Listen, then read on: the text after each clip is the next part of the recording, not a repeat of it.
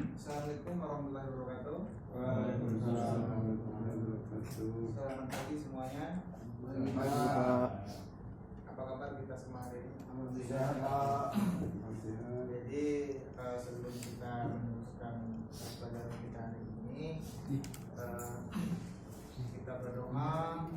Saya bersyukur kepada Allah Subhanahu wa Ta'ala yang telah memberi kita kesehatan, kesempatan yang kita bisa belajar di ruangan ini. Semoga ilmu yang kita pelajari diridhoi oleh Allah Subhanahu wa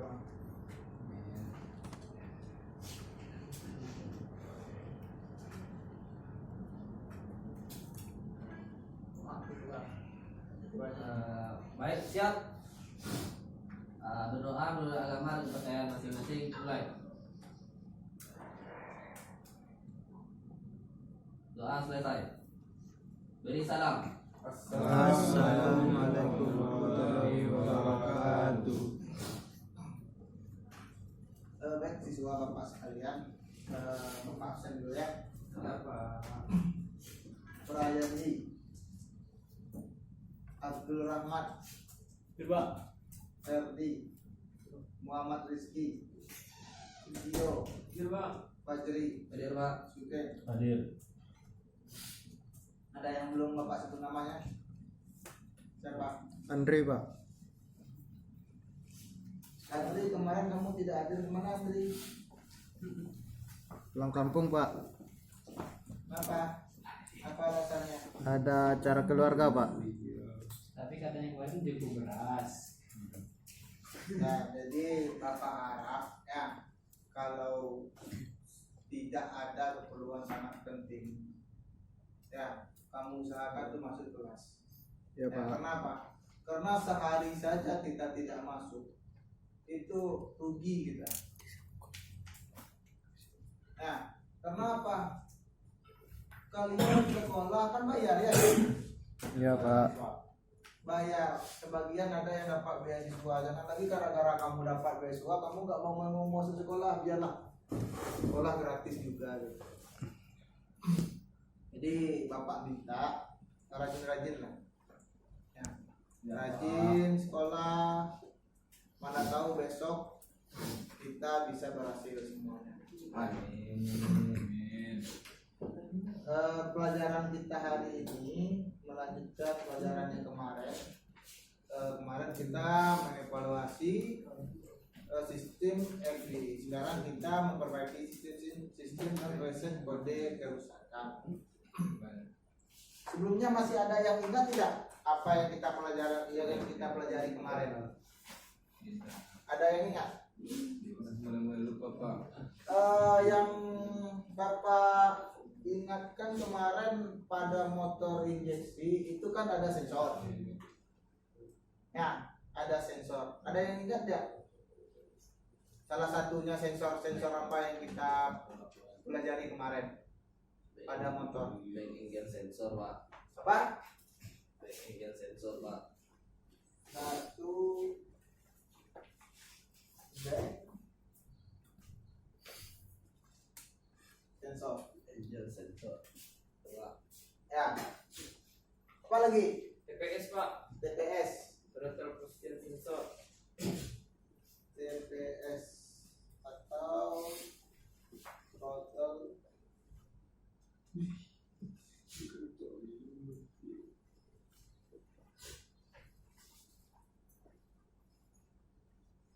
ada lagi? Itu aja. Apa? Sensor EOT, Pak. Sensor EOT. EOT. EOT, Pak. Engine, EOT. oil, temperatur, sensor, Pak.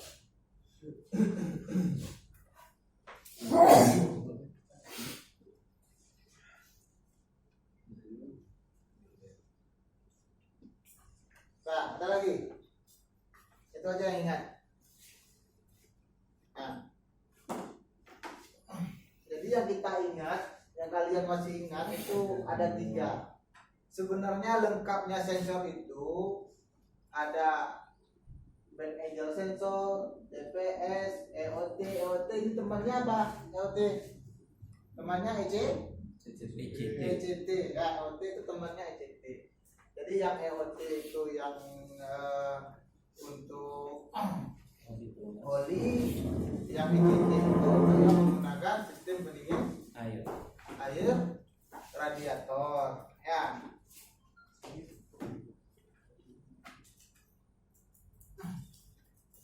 Nah, jadi sensor pada motor itu sebenarnya ada 10 buah. Ya, 10 itu termasuk dengan ECM. Nah, apa itu ECM? Engine control module, Pak. Engine control module. Ya, jadi engine control module itu fungsinya apa?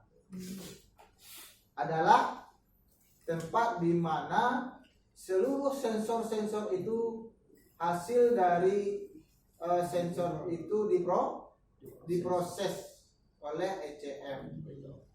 Jadi ECM itu adalah otak kita, ya, otak dari kendaraan tersebut. Kalau manusia, misalkan kita punya tangan, punya indera perasa, indera penglihat. Kalau pada sepeda motor ini dia menggunakan sensor-sensor tersebut. Jadi ketika kita lihat, ditransfer ke otak. Otak kita memproses. Nah, seperti itu. Itulah fungsi dari ECM. Ya, Bapak lanjutkan.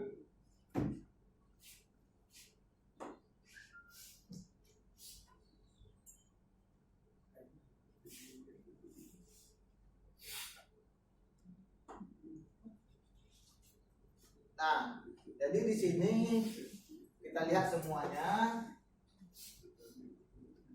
garis PGM-FI sistem. Jadi sebelum kalian memperhatikan dulu, Bapak minta tolong HP, laptopnya ditutup dulu ya. Nanti kalau kapan Bapak minta, jadi buka kembali. Bapak perlukan nanti buka kembali ya. Oke Pak. Jadi supaya kita bisa fokus dalam belajar. Jadi sekali aja kamu tinggal belajar itu, tak mungkin Bapak kembali lagi ya. Kapan kita meneruskan lagi? Itu aja terus kita pelajari. Garis besar PGM-FI sistem. Yang pertama ada namanya ignition switch. Ignition switch itu apa? Kunci kontak. Kunci kontak. Ya, kunci kontak. Setelah itu ada namanya yang tadi bank angel sensor, ada namanya injektor, ada yang namanya full pump, dan ada lagi namanya data link connector, sensor unit, ignition pulser, EOT, alternator, gear position switch, ECM, regulator, receiver. Nah, itu secara garis besarnya.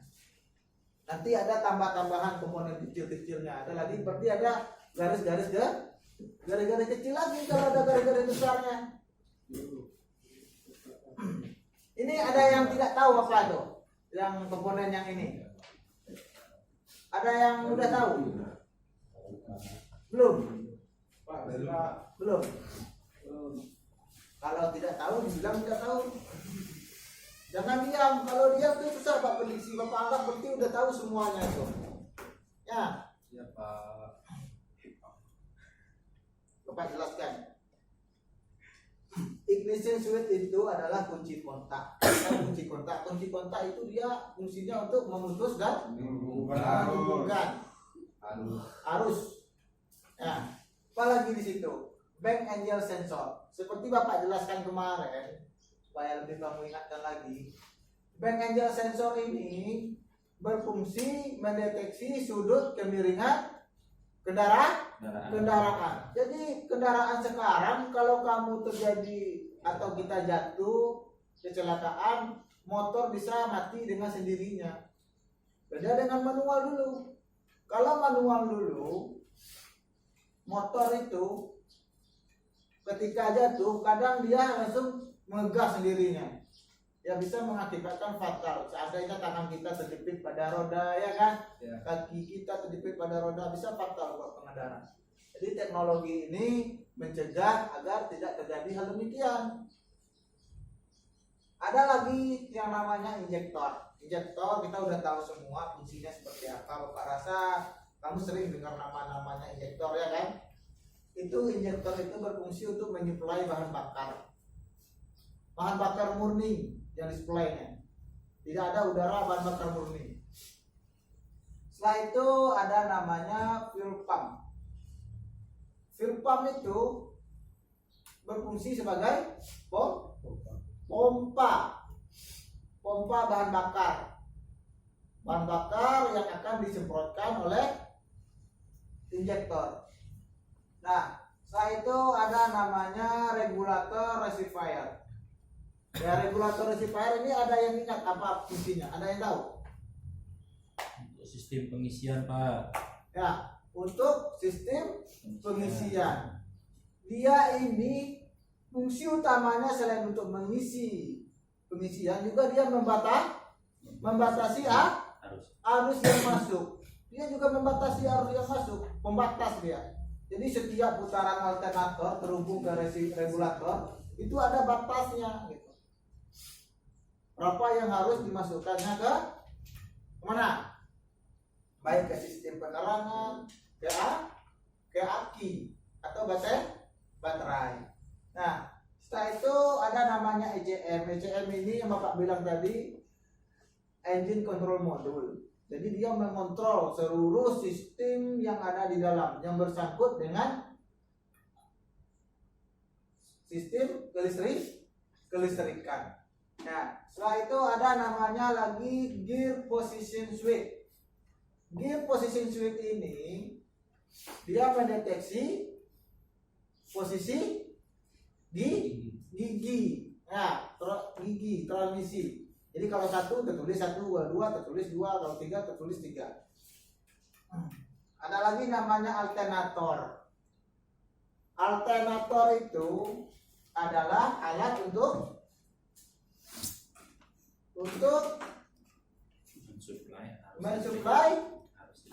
mensuplai arus listrik. Ya, jadi dia mensuplai itu berdasarkan putaran. Berapa putaran yang dihasilkan oleh mesin itu yang akan dikasihnya, semakin kencang putarannya semakin banyak arus yang dihasilkan. Siapa yang menahan? Adalah regulator. Itu. Setelah itu ada namanya EOT sensor. EOT sensor ini adalah engine oil temperature. Ya, karena dia motor Supra yang cc-nya 125, jadi dia masih bisa mempertahankan dengan sistem pendingin udara. Jadi untuk mendeteksi panas mesin kita gunakan EOT. Jadi oil lah yang dideteksi panasnya. Setelah itu ada namanya ignition pulser sensor. Ya, ada yang tahu pulser ini apa fungsinya? Apa jelaskan? Ya, pulser ini fungsinya adalah untuk mendeteksi sudut pengapian busi. Ya, jadi kalau sekarang namanya CKP, crankshaft position sensor. Nah, itu dia. Sensor unit MAP, IAT, TP sensor. Nah, itu di dalam throttle body itu, kamu lihat gambarnya ini, kalian lihat gambar. Ya, ada namanya throttle position sensor. Nah, jadi di dalam throttle ini ada MAP, ada IAT, ada TP. Ya, dulu kan namanya karburator, sekarang namanya apa? Throttle. Kalau karburator dulu dia difungsikan untuk mensuplai bahan bakar dan udara. Jadi digabungkannya di dalam itu. Diprosesnya berapa yang harus diprosesnya di dalam karburator. Kalau sekarang tidak. Throttle itu hanya mensuplai udara. Ya, di situ ada sensor MAP, IAT dan TP. Ya, injektor baru mensuplai bahan bakar murni. Setelah itu ada namanya data link connector. Ya, bagi kamu data link connector itu adalah sistem yang di mana tempat kita melakukan reset. Dan kita reset melalui data link connector seperti itu. Nah, ada pertanyaan sebelum Pak lanjut? Tidak Pak. Nah, Pak lanjut ya. Pak. Nah, ini kita lihat ada sistem aliran bahan bakar. Ya, yang pertama ada namanya throttle body. Bukan, kita dari full pump dulu ya, karena dia dari tangki. Yang pertama ada namanya full pump modul. Ya, setelah itu ada lagi namanya diteruskan ke full section filter. Jadi dari filter itu fungsinya apa? Filter bahan bakar untuk menyaring bahan bakar. Dari tangki disaring ke filter, masuk ke pompa. Setelah pompa terus ke pressure regulator. Ya, pressure regulator masuk ke selang atau full feed hose. Nah, setelah itu selang itu berisi tekanan bahan bakar. Setelah itu diteruskan ke injektor. Nah, injektor menyemprot bahan bakar, terlihat situ throttle body memasukkan udara. Ya, sistem ini terjadi atas komponen berikut: full pump section filter, full pump modul, pressure regulator, full feed hose, dan injektor itu yang bekerja. Ya, pada aliran bahan bakar. Ada pertanyaan lagi tidak? Pak lanjutkan. Setelah itu ada namanya komponen sistem bahan bakar. Fuel pump modul atau pompa bahan bakar. Yang kedua ada pengaturan tekanan atau pressure regulator. Ada injektor, ada throttle body, ada modul kontrol mesin. Ya, ada ECM, ada throttle body injektor, ada pressure regulator, dan full pump. Jadi gini, Pak, ada bertanya nanti, ya teman kamu atau teman-teman kamu di luar bertanya, Pak, itu pompa bahan bakar bisa tidak sembarang pompa dipakai? Nah, kamu harus tahu, karena kita orang otomotif, ya kan? Tidak, gitu. Karena setiap kendaraan memiliki spek tekanan masing-masing. Jadi di pompa itu sudah ada berapa tekanannya itu. Selang minyaknya itu juga sudah ada maksimal berapa tekanannya. Injektor juga seperti itu. Tidak bisa kita pakai sistem injektor yang sembarangan gitu. Nah, seperti itu. Ada pertanyaan lagi tidak? Lanjutkan. Nah, full pump modul, pompa bahan bakar. Ya, di sini ada namanya pressure regulator, full pump, full section filter. Nah, fungsi dari full pump adalah memompa dan mengalirkan bahan bakar dari tangki ke injektor. Tekanan bahan bakar di dalam sistem aliran bahan bakar diatur oleh pressure regulator pada 294 kPa, 3,6 kg cm, 43 PSI. Jadi itu adalah tekanan bahan bakar. Pressure regulator mengembalikan bahan bakar dengan membuka katup saat tekanan bahan bakar melebihi 294 kPa atau 43 PSI. Berarti berapa yang terjadi tekanan di dalam pompa itu yang terjadi tekanan yang akan disemprotkan oleh injektor, seperti itu. Ya, kita lanjut.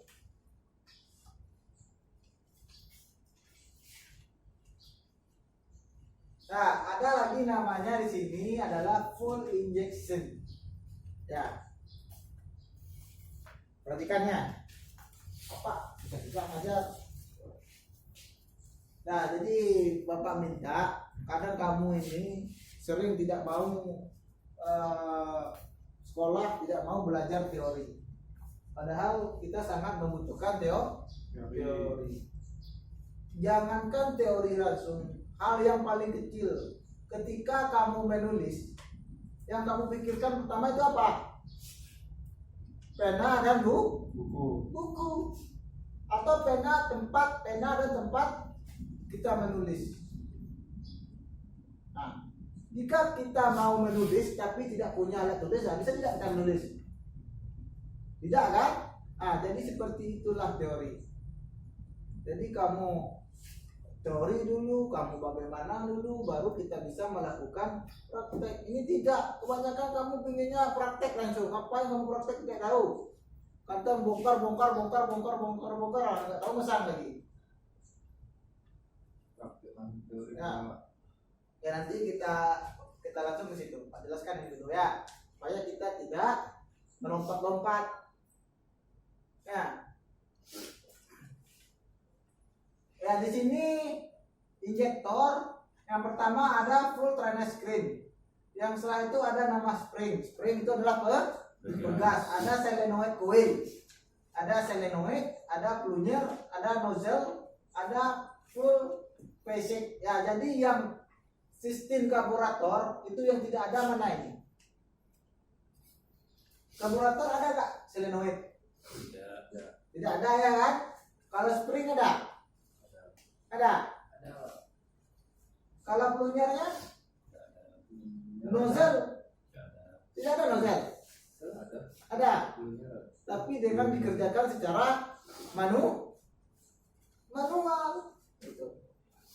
Ya, karena pada karburator itu dia menghisap ya kan? Kalau ini dia menyemprot gitu. Nanti Bapak lihat video yang mana karburator, yang mana cara kerja karburator, perbedaannya dengan injeksi. Nih, nozzle full injector. Injektor port diameter 152 mm dikali 4. Tekanan bahan bakar 294 kPa. Nah, itu tekanan bahan bakar. Jadi tidak boleh di bawah itu. Nah, jadi kita bisa ukur nanti tekanannya ini. Keuntungan dari penggunaan ini adalah pembakaran bahan bakar lebih sempurna sehingga efisiensi penggunaan bahan bakar menjadi lebih baik. Nah, itu fungsinya sebenarnya. Kita kan pernah semua lihat motor cara kerja karburator. Nah, coba kamu lihat karburator waktu kamu geber-geber itu throttle-nya itu, gasnya kamu geber-geber, kamu gas. Ya, terkadang kalau kamu buka saringannya itu terlihat bahan bakarnya itu ada yang menembak keluar. Terjadi pemborosan. Nah, itu yang terjadi. Itu makanya sekarang motor injeksi ini lebih irit. Oh Pak, saya pernah merasakan motor saya lebih enak pakai karburator daripada injeksi. Itu namanya kita adalah tidak ingin maju.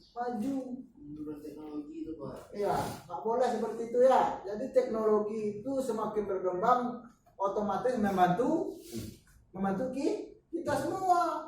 Bukan teknologi aja, ada motor malas pakai yang sistem happy Pak. Kenapa? Enak lah pakai injektor yang pakai karburator. Ada yang seperti itu, dari belinya motor injeksi digantinya karburator ulang. Ada seperti itu. Nah, setelah itu ada namanya throttle body terintegrasi dengan sensor unit. Ya, jadi ini throttle body namanya. Ya, di dalam throttle body itu ada TP atau throttle position sensor. Ada lagi namanya MAP, manifold absolute pressure sensor. Ada lagi yang namanya throttle body, itu perangkatnya rumahnya itu. Nah, ada lagi namanya IAT, intake air temperature sensor. Jadi ada 3 buah sensor yang berada pada throttle body. Ada 3 buah sensor. Ya, IAT, intake air temperature. Artinya apa itu? Sensor untuk mengukur temperatur udara. Ya. Ada lagi namanya TP, throttle position. Ya, throttle itu tahu kamu throttle? Yang mana throttle? Yang membuka dan menutup pada motor karburator kan ada juga tuh. Yang membuka dan menutup di dalam karburator itu namanya throttle. Ya, jadi dia TP itu kembali Bapak jelaskan, dia itu adalah berfungsi untuk mendeteksi sudut buka trotel. Setelah itu ada lagi namanya MAP, Manifold Absolute Pressure Sensor. Dia itu adalah berfungsi untuk mendeteksi tekanan udara. Ya. Throttle body terisi dengan sensor unit sehingga mudah untuk melakukan perawatan pada sistem bahan bakar. Nah, ini fungsi dari sensor. Yang pertama mendeteksi tekanan, intake, sensor TP mendeteksi sudut bukaan katup total yang menjelaskan tadi. Mendeteksi temperatur, sensor back angle sensor mendeteksi sudut kemiringan sepeda motor. Sensor oil mendeteksi suhu oli pada mesin. Lanjut. Ini namanya ECM atau Electronic Control Module. Berfungsi untuk mengatur durasi keluarnya bahan bakar injektor pada kondisi yang optimal berdasarkan sinyal dari sensor-sensor. Jadi semua sensor-sensor tadi melapor ke sini dulu. Nah, di prosesnya baru dia mengeksekusi gitu. Berapa yang harus dikeluarkannya bahan bakar dari injektor gitu. Selanjutnya ini ya Bapak jelaskan kembali dalam sistem EV bahan bakar sistem elektronik ini. Ya, Bapak jelaskan kembali beda dengan konvensional. Kalau konvensional dulu, yang pertama output.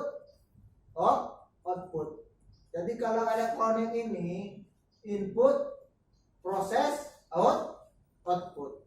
Jadi ketika input, yang pertama input itu ada crank, ada oil temperatur, ada back angle sensor, ada MAP, ada TP, ada IAT. Itu inputnya itu yang memberi laporan. Ada ECM. ECM ini dia memproses laporan tersebut. Nah, keluar dia output, full pumpnya output, ya kan? Dari injektor, terus ke ignition, terus ke indikator mil. Itu keluarnya itu. Dari hasil laporan sensor, dia melapor ke ECM dulu. ECM baru apa tadi? Menugaskan harus seperti ini dia. Laporan sensor seperti ini, kalian full pump harus melaksanakan hal ini gitu.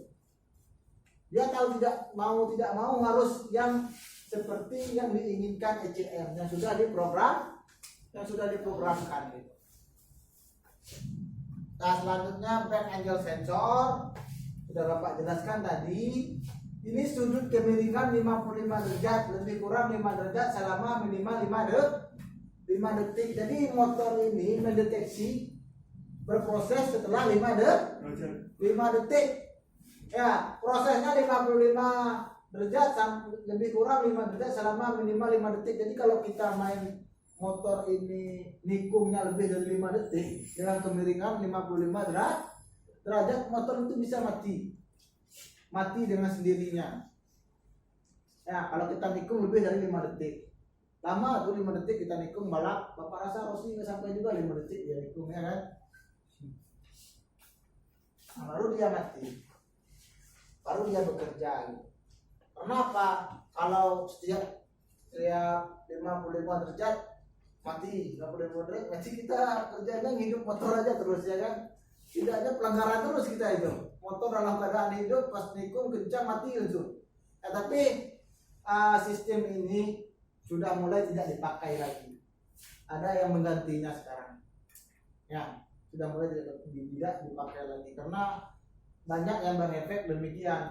Jadi ketika motor ini dalam keadaan kencang dengan melakukan menikung dengan sudut sampai miring 55 derajat, ada yang terjadi kecelakaan. Jadi udah mulai diperbaiki sistem ini sekarang katanya. Tidak efektif. Nah, ini back angle sensor, ini tempatnya di sini. Ya, jadi back angle sensor ini kamu lihat di motor kamu besok-besok, jangan kamu ubah tempat sudutnya itu, dia udah berada di tengah. Kadang kita buka-buka motor ya kan, udah lupa masang taruh di pinggir. Nah, hidup-hidup motor kamu itu lagi, karena dia mendeteksi miring terus dia, ya kan? Dia udah ada di tengah. Jangan sekali-kali kita rubah tempat posisinya. Ya, jangan sekali-kali kita rubah. Kamu rubah ke samping atau kamu rubah lurus lagi dia, nah, itu tidak akan berproses dia.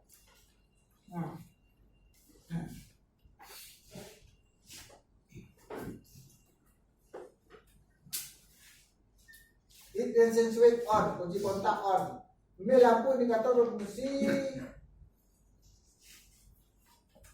dan menyala. Bunyi full pump, jarum speedometer bergerak. Jadi kita on-kan kontaknya, lampu milnya hidup, apalagi jarum speedometernya juga bergerak, pompanya juga berbunyi menandakan kendaraan kita masih baik, jadi siap untuk beroperasi gitu. Kecuali nanti setelah hidup lampu milnya tidak mati-mati, itu ada yang terjadi masalah gitu. Nanti Bapak lihat tipsnya bagaimana cara melakukan reset.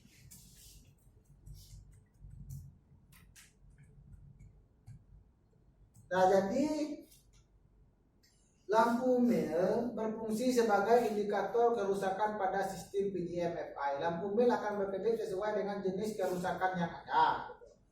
Nah, jadi kamu lihat untuk kerusakan pada engine oil temperatur atau EOT itu ada 7 kali kedipan. Nah, jadi dia langsung berkedip aja kalau itu yang rusak. Selanjutnya ada lagi kedipan cepat, 1 kali lambat, dan 2 itu kedipan cepat. Itu yang terjadi masalah adalah full injektor. Nih, kode kerusakannya ini ada injektor 12 kedipan, bank angel 54 kedipan, engine oil 7 kedipan, 1 kedipan, manifold ABS pressure. Setelah itu ada throttle position 8 kedipan, intake air temperatur 9 kedipan, ECM 33 kedipan. Lampu mil berfungsi untuk sebagai indikator kerusakan pada sistem PDM-FI. Lampu mil akan bekerja sesuai dengan jenis kerusakan yang ada. Ya, jadi sekarang teknologi Bapak jelaskan kembali sangat membantu kita. Kalau dulu motor mati, cari dulu kabel mana yang rusak ya kan, buka busi, enggak juga busi, buka ini, tidak juga ini, akhir-akhirnya udah buka semuanya, malas masang, ya kan. Jadi sekarang apa yang rusak udah dideteksinya langsung. Tapi bukannya kita reset motornya itu langsung bagus, tidak. Jadi dia mendeteksi atau kita tukar kembali atau diperbaiki